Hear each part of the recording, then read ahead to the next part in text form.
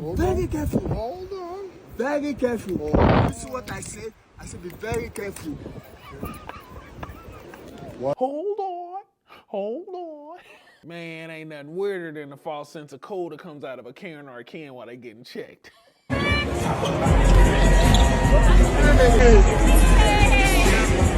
No, ain't no shaking my hand after you done called me out my name. But if you, like me, are wondering, why did this brother tap this man's glasses like, is this thing on? Well, the reason is quite simple. Any Karen or Ken that you come across is also a card-carrying journalist. So the first thing they're gonna do is go into an instantaneous interview. No. And then if you don't answer said questions, they're gonna threaten enforcement of the law. Are you a police? No, I can go get you. No. And that's how we got here. But when I tell you this brother had a monologue on deck, that brother had the floor. You hear me? Another satisfying racial moment. I said be very careful. Go back to your country. Well, what if we did? Imagine if every black and brown person went back to their country of origin, discovered by whatever means. Here's what would happen in the first 30 days. Stick around for day 30, because that's when the truth really lands. Day 1. Hospitals, buses, supermarkets, construction sites, thousands of essential workers gone overnight. Services collapsed before the morning rush. Days 2 to 4, headlines are screaming, "Labour shortage crisis!" Schools close early, warehouses back up, food deliveries stall. Parents scramble, and businesses, they start panicking like mad. Days 5 to 7, the government hold emergency meetings, like that's gonna help. Recruitment drives fail, because there's not enough skills left in the country. Immigration police, once hostile, suddenly start looking desperate. Meanwhile, communities abroad are starting to welcome back their doctors, engineers, and teachers. Days 8 to 12, the media run frantic, start running think pieces like, what if they never come back? Stock market dips, inflation spikes, and racists who once said go back start to complain. Who's gonna run our trains? Who's gonna clean our hospitals? Like that's all we do. Days 13 to 17, the supply chain jams. Crops rot in the fields, supermarkets ration their stock, and protests erupt in major cities as prices climb and services are broken. Days 18 to 21, the Western economy buckles and investors start to pull their money. Abroad, skilled workers start to build, sparking growth across Africa, Asia, the Caribbean, and Latin America. Reverse brain drain is underway. Days 22 to 25, corporate leaders start admitting the obvious. We depended on them. Politicians try to spin the thing, but the public ain't buying it, and confidence in the government crumbles. Now who's clapping for crumbs? Days 26 to 29, the chaos deepens. Airports still half empty, hospitals still understaffed, businesses shutting down left, right, and centre. And now, commentators start saying the quiet part out loud. We asked them to leave, and now we're paying the price. Day 30, a month later, and the insult collapses under its own weight. Black and brown communities aren't the burden, they're the backbone. And now the Western world just proved it. They said go back, and in just 30 days, the irony was clear. But that's just the first month. If you want to know what happens in the first year, drop a comment below. And follow if you're done watching passively. We decode the myth, and we don't clap for crumbs. All right, y'all, look at this. I'm just trying to take my 15-minute rest while working on this contract, and here she comes. I'm talking to you. Yes, can I help you with I something? want to know who gave you a warrant to come work here. I know the homeowners, and they didn't tell me anyone was coming today. I don't need a warrant. I'm the contractor hired to fix the patio. I'm just taking a break. Well, you don't look like a contractor. Usually they have a permit displayed. Why are you just sitting there in a chair? It looks suspicious. You hear this? She's asking for a warrant like I'm a criminal. Ma'am, please let me work in peace. If you don't show me your ID right now, I'm calling the police to check your background. A black man was simply sitting in a blue folding chair, taking a well-deserved 15-minute break from fixing a patio in a nice Memphis neighborhood, when a white woman in bright red pants stormed across the lawn like she owned the entire street. She demanded to see his warrant. Not his work permit. Not his business card. A warrant. Like he was some kind of criminal who had broken into the property instead of a licensed contractor doing honest work. The man did something smart, something that would change both of their lives forever. He pulled out his phone and started recording. What happened next would cost this woman her $100,000 job, destroy her reputation across the entire country, and turn into one of the most talked about Karen incidents of the year. Before we dive deeper into this wild story, let me ask you real quick, where are you watching from right now? Drop your city or country in the comments. And if you have not subscribed to this channel yet, please take a second to hit that subscribe button. It really helps us out, and make sure you never miss stories like this one. All right, let us get back into it. The man in this story is Brandon Stoddard. He is 43 years old and has been running his own contracting business for over 15 years. Brandon grew up in Memphis. He knows the city like the back of his hand. He went to trade school after high school because he was good with his hands and loved building things. He started out working for other people, learning everything he could about construction, renovation, and outdoor projects. By the time he was 28, he had saved enough money to start his own company. Brandon built his business from nothing. He did not have rich parents to help him. He did not have connections in high places. He just worked hard every single day. He woke up early and went to bed late. He treated every customer like family. He showed up on time, did quality work, and never overcharged anyone. Word spread around Memphis that if you needed something fixed or built, Brandon Stoddard was your guy. Over the years, Brandon worked on hundreds of projects. He fixed decks. He built patios. He renovated kitchens. He installed fences. He did everything from small repairs to full backyard transformations. His clients included doctors, lawyers, teachers, and regular working families. People trusted him with their homes, which is one of the most personal things you can trust someone with. On this particular day in Memphis, the sun was shining bright. It was warm outside, the kind of day where you sweat just from standing still. Brandon had been hired by a couple named Charles Guts and Venice Moody to fix their backyard patio. The patio had cracked over the winter and needed serious work. Charles and Venice had found Brandon through a recommendation from a friend. They met with him, liked his professionalism, and hired him on the spot. Brandon arrived at the house that morning around 8. He unloaded his tools from his work truck. He had everything organized and ready to go. He walked around the property to assess the job. The patio was in rough shape, just like the homeowners had described. Brandon knew it would take him most of the day to get it done right. He worked for several hours straight. The sun beat down on him, sweat dripped down his face. He drank water to stay hydrated. He wore a very large, wide-brimmed, dark floppy sun hat to protect himself from the heat. This hat was his signature piece. Everyone who knew Brandon knew about that hat. It kept the sun out of his eyes and off his neck while he worked. Around noon, Brandon decided to take a break. This is completely normal for any worker. When you do physical labor for hours in the hot sun, you need to rest. Your body needs it. Taking breaks actually helps you work better because you come back refreshed and focused.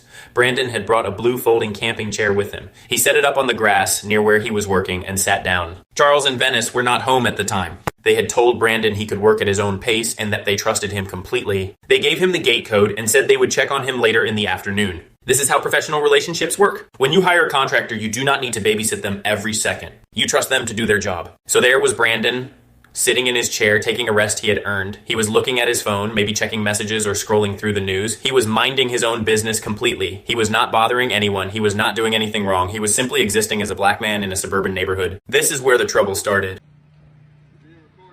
What's going on, buddy?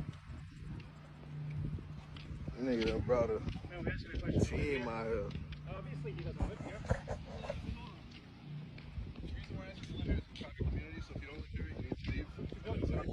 Visiting a friend, that's fine. Just let us know because you get neighbors concerned since you're walking around my house. I'm not walking around your house.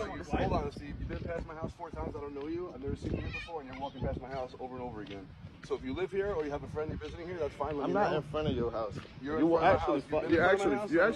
you're actually following me. You went up the wrong way. We're just asking a question. You live out here? I'm a part of the neighborhood. You're part of the neighborhood? Does that mean you live here? It's simple. Like, bro, what? I'm asking you a question. You live here? You're up to my wife. Bro, I didn't go up to your wife, bro. I don't know who you talking about. For real. And I think I can walk around my neighborhood. If you live here, yeah. So you live here. Like, You live here? you gonna keep asking me the same question over and over and over and over and over. This man following me. This is harassment, right? You haven't answered yet. That's harassment, right? That's harassment, right? I think what you did to my wife, yes. Look. You followed it. Did to my wife, You yes. read it up. Then get the fucking thing running. My wife cannot be without air conditioning. You're breaking the law right now. I don't give a fuck. Get this fucking thing running. You're breaking the law right now. I don't Relax. care. You should relax. I should relax? Yeah, you You should want me to relax. fuck the ripping battery out of your car so you can sit in the fucking heat? Is that what you want to do? I will. I will. Hey, you Just know, go ahead. You're videoing me. I don't Yeah, give a of course. fucking shit. Of course. Look how you're acting. Yeah. So get this fucking Could you thing relax? running. Could you Get relax? it running. Could you got relax? you got 10 minutes. No. No, I you don't got know. fucking 10 minutes. Do you want a number? I called this number. No, there's a number that you don't have. Do you want it? Yes, I do. Well, calm down so I can give it to you. Give it to me. You know, you out here drinking and stuff. Just relax, bro. Fuck it. It's my day off. I drink all the time. Okay, can I give you the number? Yes. If you relax, I won't mind giving you the number. Just Give me please. the number. Thank you. Let me turn this off. She is on the phone with 911 right now. I'm rude and he's just threatening me Look. right now. Look at her. She said I just threatened her. What threat? What threat did I make towards you? I'm Elizabeth. What threat did I make towards you, ma'am? Huh? This is crazy. I already knew what it was when I first got here, though. He or she is 1 minute later trying to sound distressed so the police can come quicker.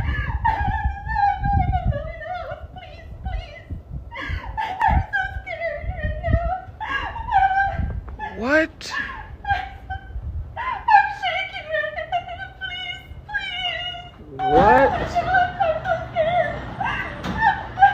What in the world is this, boy? I ain't gonna lie.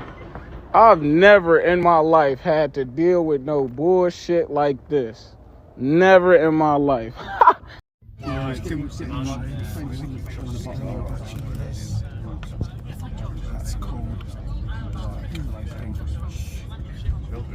Oh my god, they are so cute. Are they all yours? Of course not. Not the little black boy. He's just a classmate of my son's. How about I give you a few minutes to look over the menu, okay? Okay. Talking about not the little black boy. Wonder what the little monkey has in his backpack. Probably a gun or something. Monkey is off the charts, bro. No way. I knew it.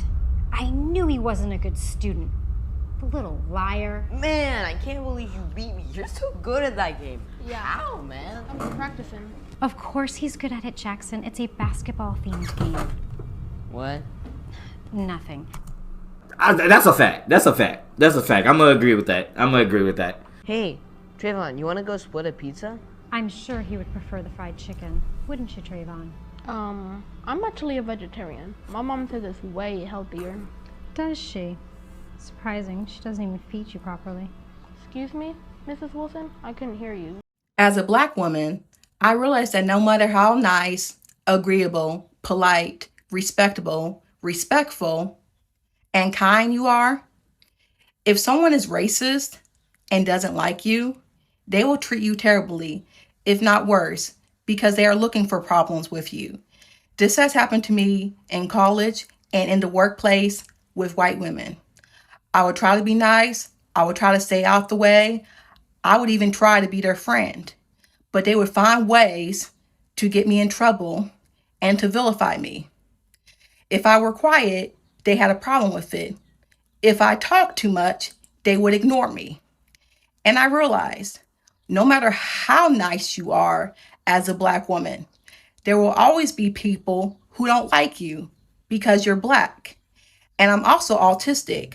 So I feel like that's another reason why a lot of people don't like me, because of my disability and neurodivergence. A lot of y'all Black Americans are making us look really bad out here, man. I'm going to tell you what happened yesterday. I'm going to share a quick story with you guys. So I went to the pool at this resort I always go to yesterday. And when I get there, there's about, I would say 80% Caucasian people there, about 15% Hispanics or Latins, and about 5% Black, including me. Actually, it was about 3 Black girls there, sadly in thongs with all these children out there, but you know how y'all do. And they left about 30 minutes after I actually got there. They all got out the pool and left. So I would say after about an hour and a half later, in comes walking all these Black people, about 13 or 14 of them, dark skinned. They come walking in, and when they came walking in, The Caucasian people's faces were out of control. I just started smiling because I already knew what was about to happen. And all I saw was this. Like, I'm looking throughout the pool and throughout all the beach chairs they got set up or whatever. And everybody's looking froze up. Everybody's looking disgusted and mad. Don't you know all these Caucasian people, most of them got up and left? They got up and left with their kids. Now, some of them stayed, but I'm going to tell you what happened. The black people walked in, they got their chairs, they sat down, got comfortable, whatever. Then they just, poured them some drinks or whatever and started sitting on the edge of the pool. A few of them got in the pool. And the side of the pool that they were on, because they were all the way at the end of the pool, the few white people that were left, they went all the way to the other end of the pool. Now, I'm in the hot tub, and I'm just looking at this, and I'm just cracking up. And people are looking at me while I'm laughing. And I am laughing because I literally watched 80% of the people, the Caucasian people in there, drop down to about 3%. It was mind-blowing to actually see this happen. But you have to ask yourself this. Why is this happening? Is this happening because these Caucasian people are racist? No. It's not happening because the Caucasian people are racist. It's happening because of the repetitive scrolling they see on social media, and they see a group of black people always fighting or crimes being committed. That's why. So that's why I started this video off by saying that a lot of y'all black people, not all, have made us look really bad out here. Because when these people see us coming in drones and loads of people, they get in fear. They get in fear. Do you feel like they have the right to feel that way? After the last 5 years of all the crimes and fighting that we see on social media, these young teens and younger people out and about, and all the stuff they have done over the last 5 years we've seen on social media, especially TikTok, do you feel that these Caucasian people have a right to be in fear? Especially if they have children with them? I think they do. I think they do. Because while we can rightfully say, oh, you can't judge a book by its cover, you also should have the mindset to always play defense and protect yourself, no matter what the case is. So what happened with all the 13 or 14 black people that showed up? Well, nothing. They were cool. I mean, I have no problem with it at all. I could care less. I'm not worried about nothing anyway. So they were just hanging out. They weren't loud. They weren't making a lot of noise.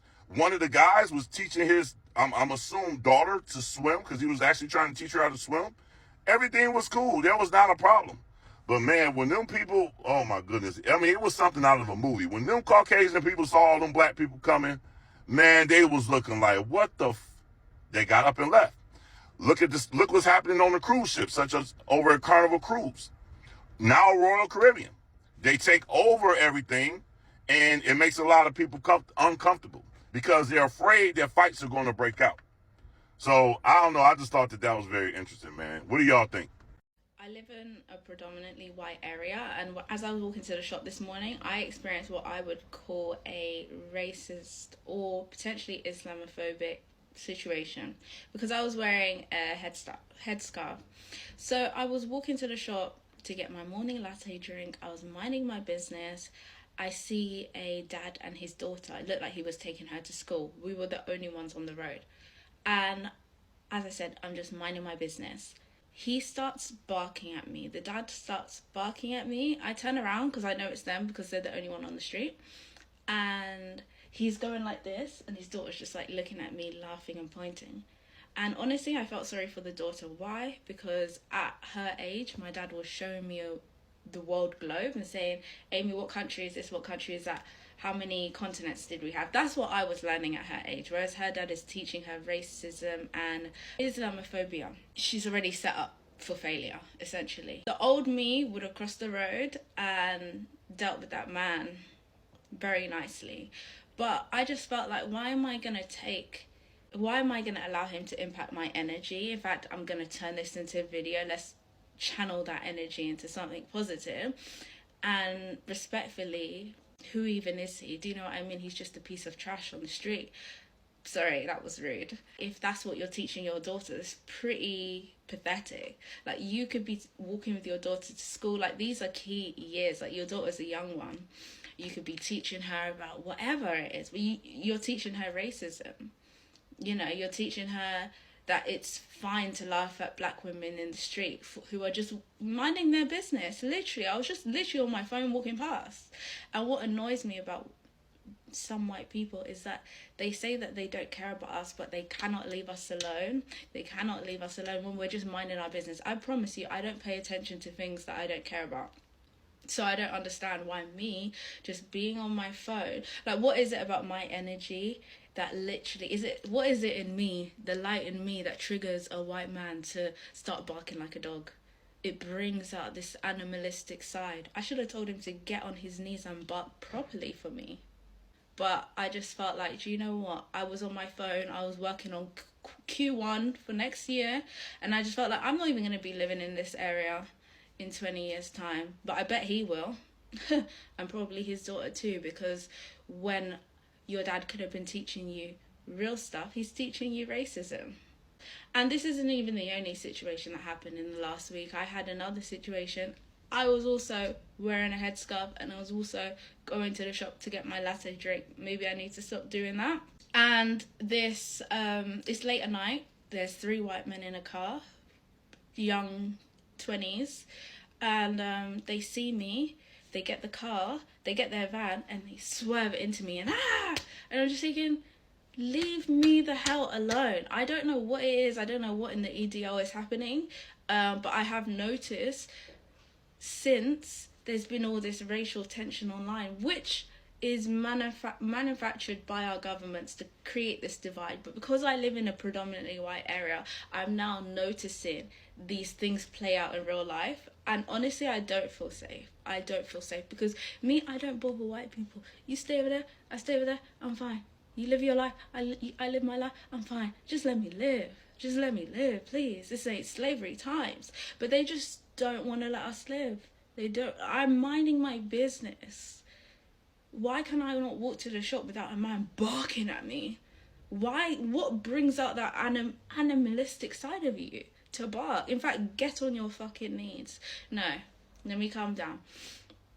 So yeah, I was in the middle of working on Q1 for next year and I just thought, we're not even the fucking same. Let me just chill.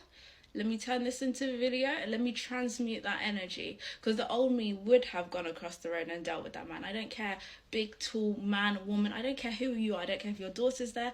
But that's not me. And I'm not going to let people drag me out of character just because they are so unhappy with their lives. They want to bring anyone they can to their level. And then the situation with the car, trying to swerve into me. Like, leave me alone. Leave black women alone. White people, leave us alone. Like, this literally makes me emotional. Like, leave us the hell alone. I ain't checking for you. Don't be checking for me. Just let me live. Hello. You want to shake my hand and say good morning? So you're not going to say anything? I'd like to know while you're here. And why did you say shush? Because he's recording. Is that why? Because you're recording? Oh, I saw a little bit more of your face. Yeah. Well, so what's going on? Why are you recording? Why? Oh, I know. You're saying shh to obscure the sound. No, because he does. I have no idea why, but he doesn't want to. Yeah. So, and I noticed that you're being very careful. You want us to walk away? But why? I notice you're being very careful to stay off our property and in the alley. Why is that, I wonder? Why are you saying shh? No, we don't have to shh. It's a public place. That's so weird. Just you know how weird that is? That is so weird. Oh my goodness. Yeah, that's a good idea. Bring your camera up, your disguise up higher. Yeah. Yeah, excellent idea. Very excellent. And you get paid for this work? We're not going to stop talking. Maybe you can play loud music. You want to? Okay, so you're doing this to ask us to walk away. Why don't you say something out loud so we can hear your voice? 3 people, that's right. You want 3 people to walk away. But why would you want 3 people to walk away? You're 4. Yep. 1, 2, 3, 4. 4 people. 5 now. What? Yeah. 5, yeah. 5 now. Just weird standing here photographing everybody's car and license plate and people, and doesn't like us talking because he's trying to make a movie or something. But Oh, a I think, movie. we Yes. can Oh, good keep idea. We can just keep on talking and maybe we'll go the away. idea of But a I'm not going to shh yourself. We don't feel comfortable with you filming everybody here, and we kindly ask you to stop doing that. Maybe if I could play something. So that says Comp Pro. He's about 6 feet tall. Has his face covered. Is covering up even more now. Because it keeps slipping. Yeah. You'd think you'd get a better face cover. Yeah. Better mask. Better mask. And what's weird is to think that you get paid for this. And you've got a camera on the front. Yeah. Oh, maybe you don't get paid. Maybe you're just doing this for fun. Why do you say shh? Oh, that's that. Oh, you're calling out somebody. No, I'm he wants us to be quiet. Yeah. I'm gonna show you my name so you can come track me down. Yes. See? Oh, look, we can get him to back up this way. Oh, good. Yeah. Now you can back up. Or turn in circles. What a weird person you are. What's weird? It's just very intrusive to be doing it. Oh, he's trying to get another.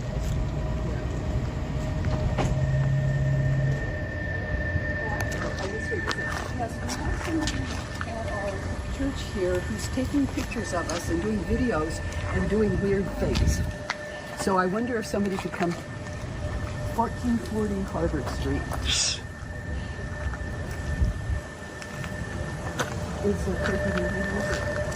Y'all, I'm just trying to finish my workout, and this lady has been standing behind me for 10 minutes asking who I am and why I'm here. Because you won't show a key fob. Residents use key fobs. It's not that hard. I live here. I literally live here. I'm not about to stop mid-set to prove anything to Recording you. me isn't proof either.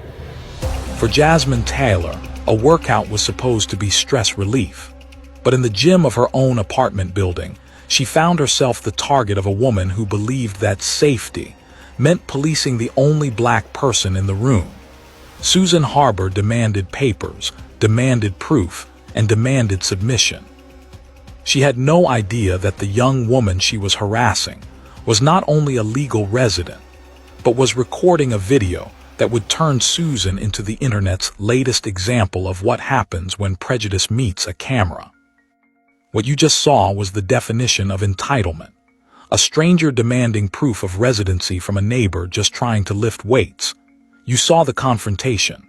Now, we're going to tell you the full story and reveal the moment management arrived to deliver a reality check that left Susan speechless. If you believe everyone deserves to work out in peace, hit that subscribe button and tell us in the comments if you've ever been profiled in your own building.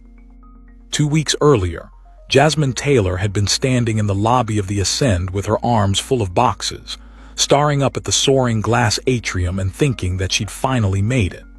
At 26 years old, with a growing freelance graphic design business and a lease signed on a luxury condo in downtown Dallas, she felt like all those late nights and tight budgets had been worth it. The Ascend wasn't just an apartment building. It was a statement, all polished concrete and floor-to-ceiling windows, with amenities that read like a resort brochure. Rooftop pool, co-working spaces, a coffee bar in the lobby, and a state-of-the-art fitness center that had been one of the selling points when Jasmine toured the building. She'd imagined herself there in the mornings before client calls, getting her miles in on the treadmill, maybe trying out the weight machines she'd been too intimidated to use at her old gym. The move-in process had been smooth. The leasing agent, a cheerful woman named Monica, had walked her through everything: trash chutes on every floor, package lockers in the mail room, and the key fob system that controlled access to the building's amenities. Jasmine's fob was sleek and black, stamped with the Ascend's logo, and it hung on her keychain next to her car keys and a small succulent charm her best friend had given her for good luck. She'd used it a dozen times already, swiping into the lobby when she forgot her keys upstairs, accessing the rooftop to watch the sunset over the Dallas skyline, and on her third night in the building, entering the gym for the first time. That first workout had been everything she'd hoped for. The gym was empty at 7 in the evening, all sleek equipment and motivational quotes printed on the walls in minimalist sans serif font. She'd done 30 minutes on the elliptical, tried out the cable machine, and left feeling like she'd christened her new life properly. Over the next 2 weeks, she'd fallen into a routine. Work from home during the day, fielding client emails and tweaking logo designs, then head down to the gym around 6 or 7 to clear her head. Some evenings the gym was busier, a handful of residents scattered across the treadmills and weight benches, everyone in their own world with earbuds in and eyes on their own reflections. Jasmine liked it that way, anonymous and unbothered. What is going on here? Guys, no longer can be here. In honor of his legacy. We're not rioting, God. We're not shaming anybody, God. We're just humbling ourselves before you. Yes, Lord. You brought the thunder and rain today, God. Because Satan takes the L today. Father, in Jesus' name, you get the victory. Father, we ask for forgiveness from our black brothers and sisters for years and years of racism.